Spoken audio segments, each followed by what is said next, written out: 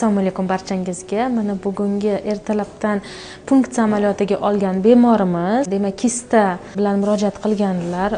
1 yil oldin bu bemorimizda kista olish muolajasini, punksiyani o'tkazgan edik va undan keyingi oyda follikuli o'sib, yetilib, yorilib, homilador bo'lgandilar va qiz farzandlari bor. Va 1 yil o'tib, demak, yana shu shikoyatlar bilan murojaat qildilar. Qo'liqda og'riq va biz uzi qilganimizda, demak, bu bemorimizda yana kista hosil bo'lganini aniqladik. Hormonal terapiyamizga qaramasdan bu kista so'rilmadi va og'riq bergani sababli biz yana punksiyaga olishga qaror qildik. Diametri 4-5 sm bo'lgan kistamizdan biz ko'rib turibmizki 90 ml suyuqlik chiqdi.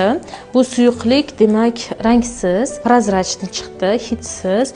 Bu suyuqlikning probirkasini biz bemorimizga berib yuboramiz. Ko'ngil xotirjamligi uchun gistovologik tekshiruvga beradilar.